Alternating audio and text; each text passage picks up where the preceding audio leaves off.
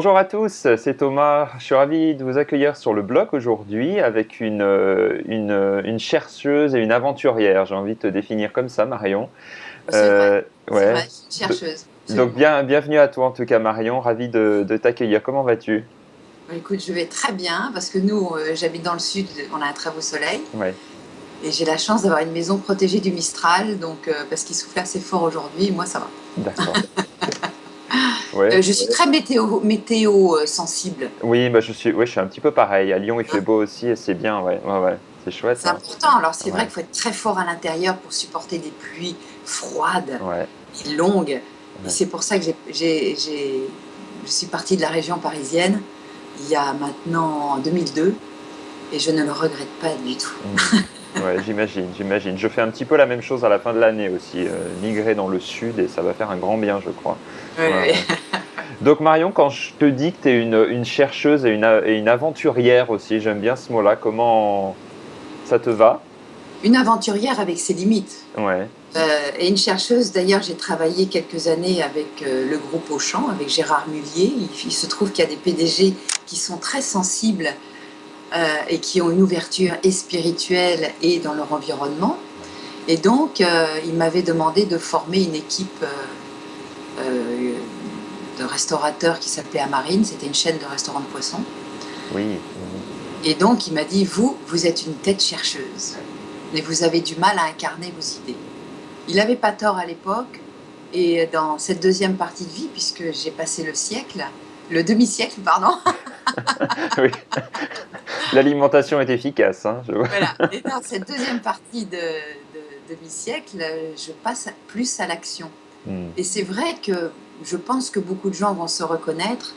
Il y a tellement de choses qui se disent dans l'alimentation bien sûr, que ouais, c'est très compliqué de s'y retrouver. J'ai oui, moi-même passé des décennies à chercher, ouais, à m'aventurer, mais à m'aventurer avec mes propres limites corporelles bien sûr, ouais, et à essayer de comprendre qu'est-ce qui se passe à l'intérieur et d'aller à l'essentiel.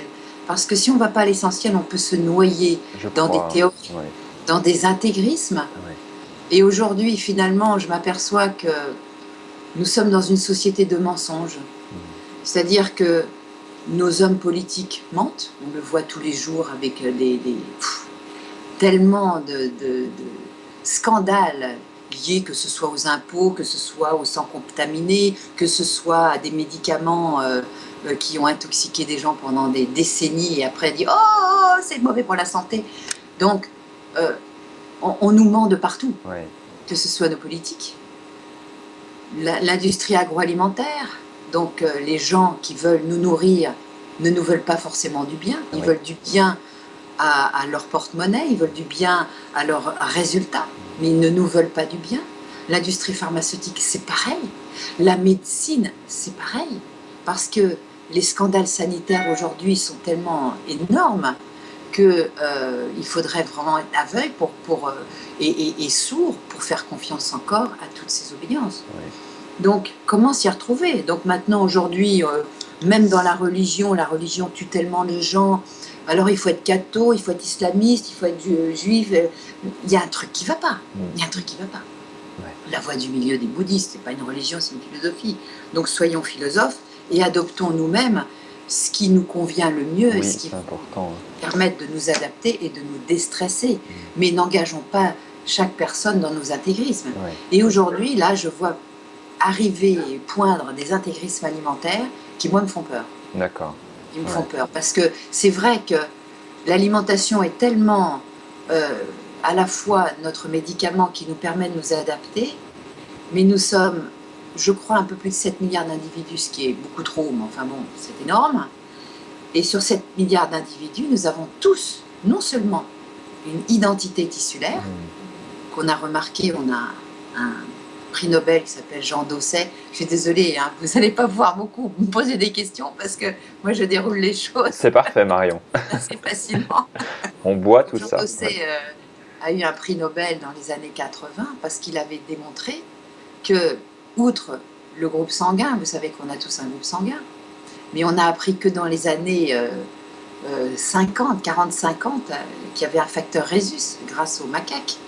de Monsieur Landsteiner. C'est difficile c'est difficile à prononcer, mais il s'est aperçu qu'il y avait des O plus et moins, des A plus et moins, des B plus et moins, et ça a été une révolution extraordinaire. On s'est dit, ça y est, j'ai tout compris. Mais non, on n'a rien compris. Parce que suite à un accident de greffe, où le mec est mort, évidemment, on s'est dit, oula, il y a autre chose que le groupe sanguin et son résus. Et c'est là que Jean Dosset a regardé qu'il y avait des sous-groupes tissulaires qui s'appellent le système HLA. HLA, ça veut dire humaine leucocyte antigène. C'est-à-dire qu'on a une réaction antigénique, c'est-à-dire on crée des boucliers, on crée des défenses, on accepte, on tolère ou on ne tolère pas, etc. Et ça, c'est très individualisé et c'est donné à 50% par le père et 50% par la mère.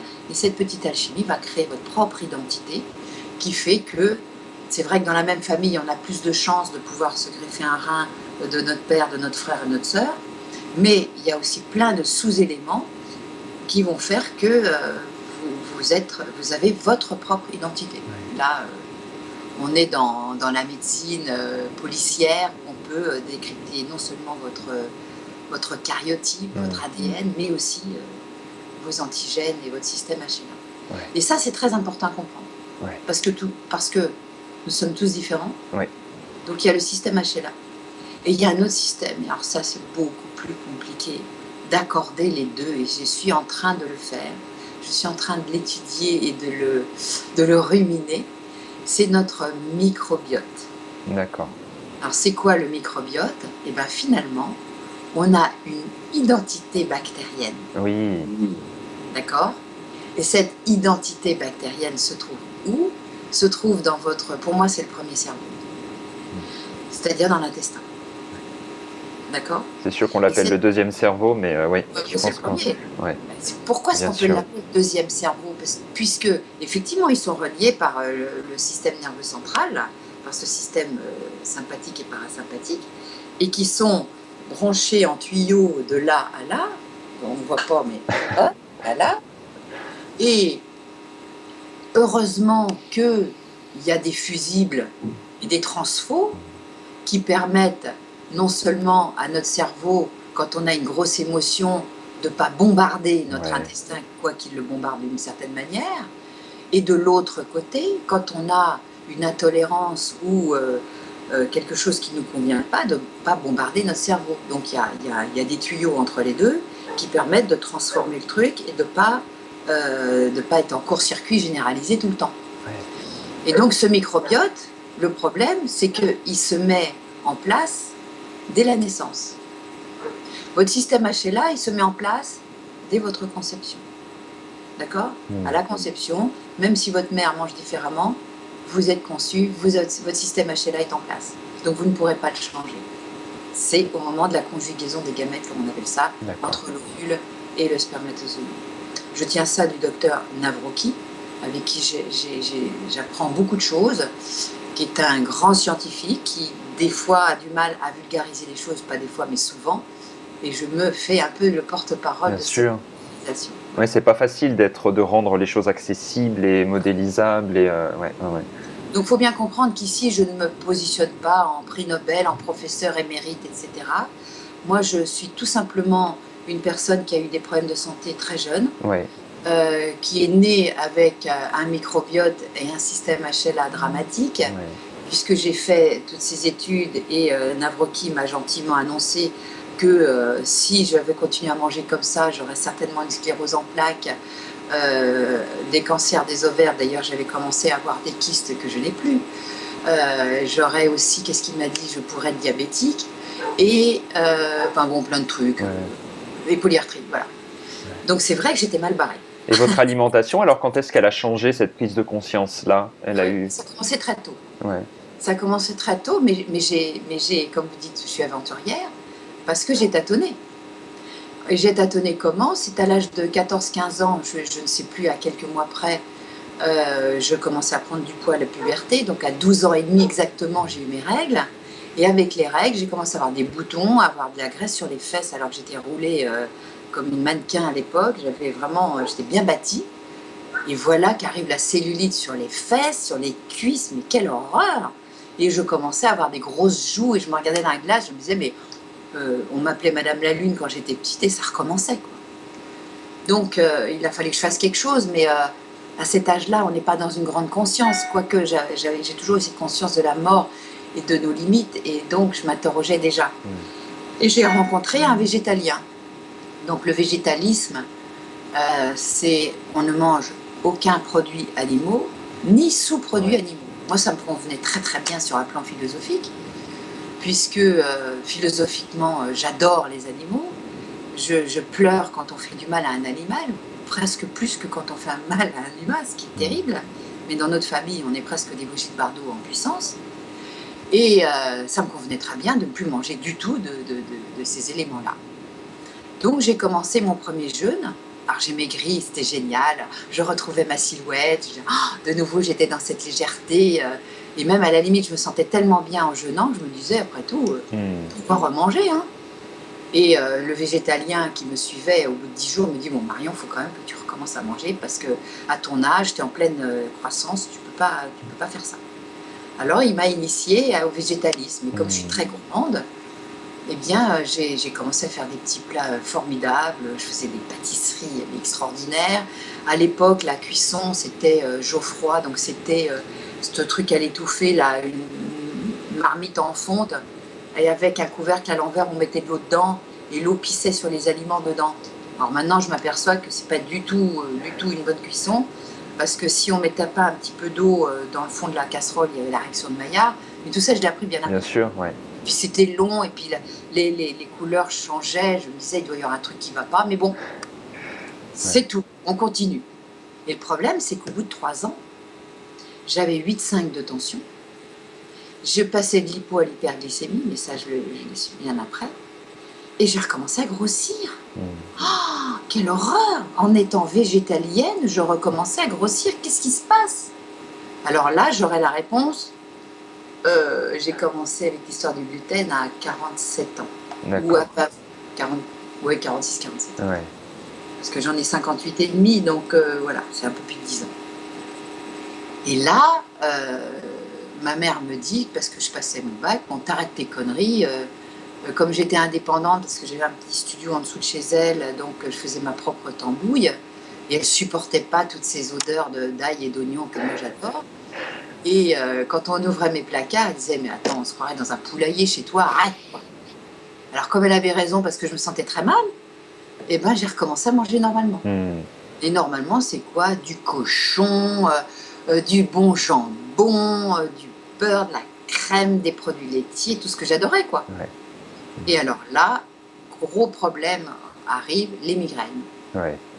Alors, des migraines absolument épouvantables, où je devais rester 3 jours au lit, les yeux fermés. Dès qu'on ouvrait la lumière, je me mettais à vomir. Donc j'étais une vraie migraineuse. Et lors d'un check-up, j'avais 3 grammes de cholestérol. Ouais. Au secours! Et là, je suis partie dans des grandes aventures. Ouais. Initiatique tout ça. Hein. Ouais. Oh là là là là! Et alors là, j'en ai fait des régimes, j'en ai fait des... Oh là là. Je les ai tous passés en revue, que ça soit Scarsdale, Hollywood, Mayo, qu'est-ce qu'il y a eu, Weight Watchers, tout y est passé. Et rien de... Attends, la régime Mayo, c'est œufs durs, tomates, céleri. Vraiment, et une fois par semaine, un truc braisé. Donc franchement, on pourrait dire c'est génial. Eh ben non, quand les autres perdaient 7 kilos, je ne perdais pas 1 gramme. Donc il y avait un truc, c'était quoi? Et puis j'étais toujours constipée. La constipation a été un problème énorme pendant toute ma vie, que j'ai réglé ces quelques dernières années. D'accord. Donc que faire? Et c'est comme ça, d'aventure en aventure, d'aventure en aventure. Ben, j'en suis arrivée à un très bon équilibre, mais qui va faire dresser les cheveux sur la tête de beaucoup de gens, et de moi-même, puisque philosophiquement, j'adore les animaux.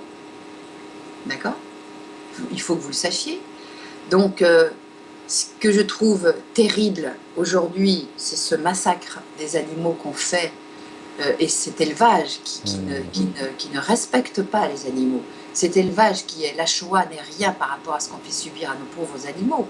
Et les Asiatiques sont très très cruels puisqu'ils peuvent dépecer des animaux vivants. Mais c'est immonde ce qu'on nous fait subir, on paiera très cher. Mais on va réfléchir. Alors là, j'ouvre une réflexion et après vous ferez ce que vous voulez. Moi, j'ai trouvé mon équilibre, trouvez le vôtre. Exactement. Et je ne me pose pas en science infuse.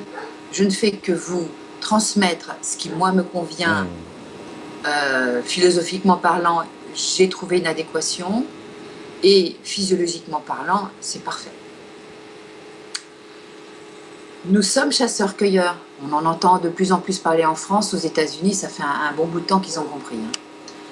Parce qu'ils ont tellement d'obèses et de diabétiques, là, la sonnette d'alarme est tirée, puisqu'il y a un diabétique sur 3 aux États-Unis. Ça devient alarmant. Ils ont plus de 70 millions étiquetés de diabétiques. Alors moi, je me suis amusée à acheter un petit appareil qu'on trouve en pharmacie, qui est en vente libre, qui coûte 65 €. Je l'ai pas là, mais enfin bon. Et je me suis amusée à tester ma glycémie à jeun, puis postprandial, puis postprandial, c'est-à-dire après le repas, 1h30 après, puis le soir, etc. Et en étudiant mon alimentation, j'ai regardé l'influence sur cette fameuse glycémie. Alors, il faut que vous sachiez que normalement, vous devriez avoir une glycémie entre 80 et 90 au réveil. Si vous avez 100, aïe aïe aïe aïe, c'est que là, vous commencez à être en hyperglycémie, vous commencez à avoir un problème avec ça. Donc, quand je fais le régime paléo, et je vous expliquerai ce que c'est après, ma glycémie est parfaite. Je fais du vélo, et j'en fais, croyez-moi, d'une façon très sportive, puisque 3 fois par semaine. En hiver, j'en fais un peu moins que l'été. L'été, je peux faire 80-90 km 3 fois par semaine, avec des dénivelés, puisque je suis dans le Var. Et là, en ce moment, au bout de 60 bornes, j'en ai marre. Donc, j'ai pas envie de m'écœurer. Donc, de toute façon, on va dire entre 50 et 60 km 3 fois par semaine, avec un petit déjeuner type paléo, je vous expliquerai lequel c'est. Et ma glycémie restait pareille. Je teste mon compagnon qui, lui, fait du vélo beaucoup plus que moi, qui a 68 ans. Lui, sa glycémie est beaucoup trop élevée au réveil puisqu'il est à 105. Et quand il a fait du sport, elle monte. Et lui, après le repas, ça monte beaucoup trop. Parce que c'est quelqu'un que je l'ai rencontré tardivement, il avait 65 ans, 64. Et il a été la génération Coca-McDo. Lui, c'était steak, frites, coca, pain beurre. Donc évidemment, quand vous avez une alimentation de ce type, croyez-moi, vous êtes candidat au diabète ou à l'hyperglycémie, diabète type 1, type 2, on s'en fout. Ce sera selon votre haplotype HLA. On appelle ça un haplotype HLA, vous savez, votre identité cellulaire. Donc, en cherchant, je vais revenir au microbiote. Quand vous naissez de façon normale, par voie basse, vous allez bénéficier de la flore de votre mère. Si la flore de votre mère est équilibrée, quelle chance vous avez! Vous avez beaucoup plus de résistance que les autres et votre microbiote sera un bon microbiote. Vous allez avoir une flore, on appelle ça commensale. La flore commensale, c'est votre flore de naissance que vous aurez toute votre vie. Même si vous avez pris des antibiotiques, votre appendice fait partie des petits organes qui, suite à un accident d'entéropsychologie, d'entéroproblème, etc., gastroentérite, etc., va réensemencer votre intestin. Quelle chance, n'est-ce pas? Donc c'est pour ça qu'il y a des gens qui peuvent bouffer n'importe quoi, qui peuvent manger beaucoup de choses sans en être affectés. Nous ne sommes pas tous égaux, à la fois au niveau de notre système HLA et à la fois au niveau de notre microbiote. Sur 7 milliards d'individus, il y a 7 milliards de communautés bactériennes différentes. Et les obèses, le problème des obèses, c'est que la flore intestinale de la mère obèse, ou diabétique, va le donner à son enfant qui a beaucoup de chances de faire une obésité ou un diabète. Ça, c'est grave, docteur. C'est dommage. Donc, nous ne sommes pas... le tout génétique, bien entendu, ne vous sclérose pas à être condamné à vivre une maladie. Il y a des solutions pour s'en sortir, mais elles seront plus draconiennes que les autres. Moi, je suis dans une alimentation draconienne pour moi.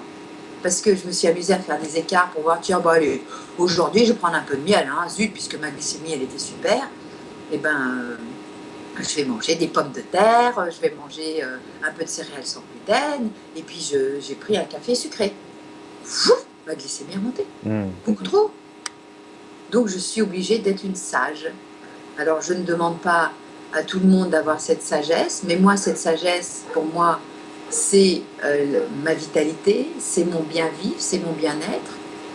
Il y en a d'autres qui trouvent du bien-être autrement, mais pour moi je ne peux pas trouver de bien-être si je n'ai pas de vitalité. Je crois qu'il y a quelque chose d'important là-dedans, Marion, c'est surtout d'en faire l'expérience, je crois, déjà de soi à soi et de trouver cet équilibre-là. Hein. Et moi, ça me semble complètement essentiel. Hein. Ouais. Le matin, par exemple, j'achète du lait de coco en boîte, bio, hein, parce qu'il y en a des Chinois, mais ils foutent des excipients dedans, moi j'ai pas envie. Donc je mélange mon lait de coco avec un fruit, donc ça peut être un fruit exotique, tant pis. Ça peut être une mangue, une papaye, une banane, mais aussi un fruit de saison d'ici, que je vais mixer avec une cuillère à soupe d'huile de noix bio pressée à froid ou d'huile de lin pour les oméga 3. Ouais. Et dans lequel je vais ajouter des graines type amandes, noisettes, noix de macadamia, baie de goji, des choses comme ça. Et je mets des 2 cuillères à soupe de graines de lin que j'ai de façon primitive hachées. Et voilà. Je bois rien. Je prends un citron pressé à jeun avec un peu d'eau. Et je mets un peu d'ortie en ce moment pour stimuler ma thyroïde. Ouais. Graines d'ortie, de poudre d'ortie. Voilà mon petit déjeuner. Je peux aller faire du vélo, je peux pouvoir faire une conférence, etc. Je n'aurai pas faim jusqu'à l'heure du déjeuner. À l'heure du déjeuner, je vais prendre une volaille ou un poisson. Les mammifères, j'en mangerai exceptionnellement, mais ça m'arrive. Quand je mange du mammifère, c'est forcément une bête qui a été élevée en pâturage, parce que je peux avoir une traçabilité, et maintenant j'ai mes repères. Donc ce sera une bête qui est bien élevée, qui est respectée jusqu'au bout de sa chaîne. Évidemment, l'abattage est fait en abattoir, et ça c'est une horreur pour moi, parce que c'est obligatoire, c'est horrible. Et je mange beaucoup de légumes vapeur, et je bois un jus un quart d'heure, 20 minutes avant mon repas. Alors en ce moment, c'est carottes, fenouil, un peu de pommes, gingembre, citron, j'alterne avec ce que j'ai sur la main. Et le soir, pareil. Je mangerai une protéine. Les crudités, ça dépend. Les crudités, j'en mange si j'ai pas pris mon jus, parce que comme j'ai un microbiote qui fermente très facilement, j'évite les aliments crus. J'en prends, hein, mais il y a certains aliments crus que je ne peux pas prendre. D'accord.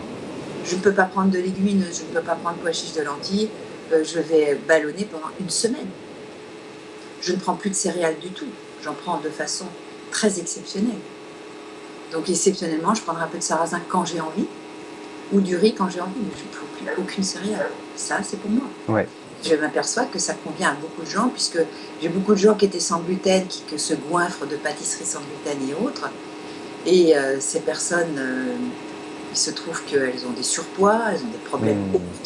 Pourtant, je mange sans gluten, sans produits laitiers, qu'est-ce qui se passe? Je dis, écoute, essaye le régime paléo. Moi, voilà ce que je fais, essaye. Ouais. Alors Marion, j'aurais envie de vous poser une question maintenant. Quelle serait la place de l'instinct selon vous dans cette transition alimentaire, enfin dans cette alimentation qui nous va et qu'on expérimente? L'instinct là-dedans, quelle place il prend, ne serait-ce que pour vous, de ce que vous avez pu expérimenter? Alors, évidemment, vous savez que j'ai écrit un livre qui s'appelle Nutrition consciente. Hein, parce que comment distinguer l'instinct de l'intuition? D'accord? Parce que notre instinct aujourd'hui, comment voulez-vous rester un animal instinctif dans des villes bourrées de métaux lourds, de bagnoles qui sentent le pétrole, de produits chimiques, vous sortez d'une boîte pour aller dans une autre, comme dirait Pierre Rabhi. Aujourd'hui, on habite dans des boîtes, on va en boîte la nuit, on travaille dans une boîte, et tout ça pour finir dans une boîte, quoi. Donc, comment voulez-vous avoir votre instinct? C'est compliqué d'être instinctif. D'ailleurs, vous savez bien que Guy-Claude Burger avait essayé, avec son mouvement l'instinctothérapie, d'amener les gens à plus d'écoute. C'est très bien d'être à son écoute. Il avait trouvé un système que je trouve pas bête du tout, sauf qu'il allait dans des extrêmes, comme tous d'ailleurs.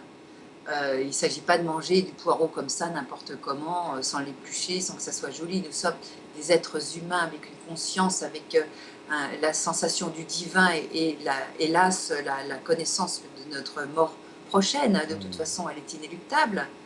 Donc, euh, dans sa technique, que j'ai faite bien évidemment, puisque je suis une grande aventurière, ce qui est intéressant, c'est de prendre une bouchée, de respirer le parfum d'une fleur ou de quelque chose d'autre qu'alimentaire, de reprendre une bouchée, et vous allez voir, et ça moi j'avais fait le test sur de l'œuf qui est très très subtil, vous faites un œuf à la coque, et vous allez voir que au bout de X bouchées, ça peut être la deuxième, la troisième, ça dépend de vos besoins corporels, au bout de quelques bouchées, le jaune d'œuf n'a plus de goût. Il n'y a plus de goût. Ça veut dire que vos récepteurs sont saturés et que vous n'en avez plus besoin, et vous pouvez passer à un autre aliment. Donc ça, c'est très intéressant. Ouais. Et qui va le faire? Qui va le faire entre midi et 2 quand il sort du bureau? Attends, tu as une rose là, s'il te plaît? Déjà, trouver une rose qui a du parfum chez un fleuriste, il faut se lever de bonne heure. Mais vous voyez ce que je veux dire? Donc c'est compliqué. À notre époque, c'est compliqué. Donc déjà, le fait de mâcher, le fait donc d'être en conscience avec est-ce que j'ai vraiment envie et besoin de ça? Ou est-ce que c'est plus mon côté instinctif ou mes pulsions qui vont m'attirer vers ce croissant au beurre ou vers ce bon fondant au chocolat? Vous comprenez bien qu'on a tellement amalgamé les choses que c'est compliqué d'être instinctif. C'est pour ça qu'on doit devenir sage, parce que nos instincts nous trompent. Évidemment, si vous êtes rassasié, pourquoi manger plus? Donc vous savez que vous allez manger plus, tout ça c'est décrypté dans mon livre Nutrition consciente. Si vous allez manger plus, ça veut dire qu'il y a une partie de vous qui n'est pas satisfait parce que vous manquez d'amour, parce que plutôt que votre mec qui vienne ce soir, vous allez vous taper une tablette au chocolat. C'est tout ça qui est relié à l'alimentation. L'alimentation, c'est très affectif. C'est quand même notre premier rapport au monde. Même si on était, vous savez que dans le ventre de votre mère, c'est pour ça que je parle de premier cerveau, vous étiez nourri par le nombril, par le premier cerveau, le cerveau entéral, on appelle ça. Le système entéral, c'est l'intestin. Après, on le coupe, et après, il y a l'autre tuyau qui arrive, et on vous met au sein. Et si vous n'avez pas eu la chance d'être au sein, et moi, non seulement je suis née par césarienne, donc j'ai le microbiote de toutes les saloperies de la je dirais de l'hôpital, l'alcool, le machin, tous ces trucs-là, les mains des infirmières, j'ai tout ça qui a formé mon microbiote, donc qui était un microbiote déjà dégradé. Ensuite, je n'ai pas été allaitée parce qu'en 56, on vous ouvrait en deux quand on vous faisait une césarienne, ce qui fait que les mères mettaient 3 semaines à s'en remettre. Donc on était techniqués et élevés au biberon, donc on a eu le premier contact avec du plastique, ce qui entraîne une malformation au niveau de la mâchoire, donc il a fallu faire des trucs, des machins. C'est compliqué la vie et le départ de vie. Hein. Donc c'est pour ça que notre premier rapport au monde est un rapport affectif, et si déjà vous êtes techniqué au départ, il vous manque l'affection primaire. Vous manquant cette affection primaire, vous chercherez à compenser. Et vous chercherez à compenser comment? Par la bouffe. Il y en a d'autres, c'est par le sport, d'autres par les lectures. Moi, j'avais une attitude boulimique. C'est pour ça que j'ai énormément lu et énormément expérimenté, puisque je n'étais jamais satisfaite.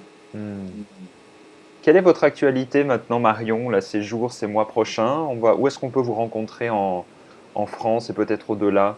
Alors, je vais à Münster le 2 novembre. Donc le 2 novembre, c'est, je sais pas, c'est un master, comment ça s'appelle, nommé Martine Charbonnel. Vous regarderez ça sur certainement mon site, on a dû le mettre. Et la conférence, c'est Notre intestin, deuxième cerveau avec un point d'interrogation. Donc je vais faire une conférence là. Je vais à Vérone le 14 novembre pour un congrès où je vais parler donc justement du gluten et du microbiote et remettre les pendules à l'heure, parce que eux ils sont très férus du rapport Campbell. Dans ce rapport Campbell, ils visent plus au végétalisme ou au végétarisme, ce qui peut convenir à des gens, je n'en disconviens pas, bien entendu, mais on ne peut pas établir des règles pour tout le monde. C'est ça. Ce que je reproche à la nutrition, c'est qu'ils veulent étiqueter voilà, ça c'est le régime pour tout le monde. Non, parce que on voudrait donner le même régime sans faire de distinction si vous êtes un enfant, Mmh. si vous êtes un bébé, si vous êtes un adolescent, si vous êtes un vieillard sénile ou si vous êtes une personne en plein âge mûr, Mmh. eh ben, je suis désolée, il y a des âges de la vie et tout le monde vieillit. Et avec ce vieillissement, eh bien, il y a des changements hormonaux, messieurs, mesdames. Et ces changements hormonaux font que nous, les femmes, eh bien, ayant une baisse d'estrogène, eh bien, notre estomac va moins bien se vidanger, on va avoir tendance à fermenter et on va avoir tendance à faire de la graisse et du foie gras. Donc, il va falloir réactualiser notre alimentation à cet âge de la vie, ce que j'ai fait. Mmh. Donc, tout ça est à Ouais. affiner. Hein. Ouais. Et bien entendu, j'organise mon congrès au mois de novembre, qui est Oui. complet, j'en suis désolée, depuis un mois et demi, sur le cancer, parce qu'il y a beaucoup de choses à dire. Mmh. Et bien entendu, il y a plein de techniques naturelles, bien sûr pour prévenir, mais aussi pour guérir. Nous ne rejetons pas les médecines officielles, mais nous montrons que nous pouvons avoir des accompagnements, voir d'autres solutions, et après, à chacun à faire en son âme et conscience. Ouais. Je suis également en train de préparer mon congrès, notre congrès, puisque nous sommes une équipe, de novembre 2015. Je vous tais pour le moment le thème, parce qu'il va être assez révolutionnaire, et je peux vous dire que j'ai du lourd. Et ce sera à Reims. Nous devions aller au Canada, mais c'était compliqué, donc nous revenons à Reims l'année prochaine, en 2015, le 20 et 21 novembre. Et sinon, nous sommes en train de changer nos bureaux, nous ouvrons un petit magasin à Toulon, enfin on fait plein de choses. Et Super. j'écris des articles toutes les semaines Ouais. sur mon site Mmh. vitaliseurdemarion.fr. Ouais, je mettrai tout ça en lien en tout cas, ouais, ouais, J'ai ouais. des articles, je passe beaucoup de temps à écrire ces articles, donc s'il vous plaît, lisez-les, Mmh. parce qu'ils sont objectifs, parce ils créent des réelles réflexions. J'ai rien à vendre derrière ça, que de vous instruire. Ouais. Ouais, ouais, c'est super Marion. En tout cas, moi j'adore votre tempérament d'aventurière et de chercheuse et de parce que vous remuez les choses et c'est vachement important, je crois. Et puis vous avez cette expérience et ce recul qui vous met dans une assise qui est très légitime. Et Voilà, enfin, je ne travaille pas mmh, que sur la ouais, nutrition, puisque j'ai écrit un petit livre qui s'appelle Médicaments de santé, mmh, et j'ai énormément travaillé sur moi. J'ai fait beaucoup de bien séminaires, sûr, des ouais, thérapies diverses, des techniques différentes pour comprendre que l'être humain a un mmh, fonctionnement. Il est à la fois une machine qui fonctionne, mais il est à la fois aussi un être spirituel qui doit se connecter avec son divin. Et c'est là où ça devient complexe, parce qu'il y a beaucoup ouais, de couches qui nous empêchent de nous connecter. Donc ouais, tous ces éléments-là sont à envisager pour évoluer, parce que nous sommes quand même avant tout là pour nous réaliser, pour évoluer, mmh, et pour contribuer à l'évolution de notre entourage, ouais, d'accord. pour Bon, servir notre entourage. ouais. Bon, en tout cas, Marion, c'était une très très chouette interview, très très enthousiasmante, je vais dire, parce que voilà, elle ramène à qui on est. Je crois que c'est juste le plus important en ce moment. Donc voilà, merci encore Marion de votre temps, votre disponibilité. Et puis j'invite vraiment tout le monde à voir vos travaux, vos recherches, à lire vos livres et à vous rencontrer parce que c'est important pour son chemin, je crois. Ouais. À très bientôt, À et vous très, verrez les liens. Hein. ouais, ouais, ouais. Merci Marion en tout cas, à bientôt.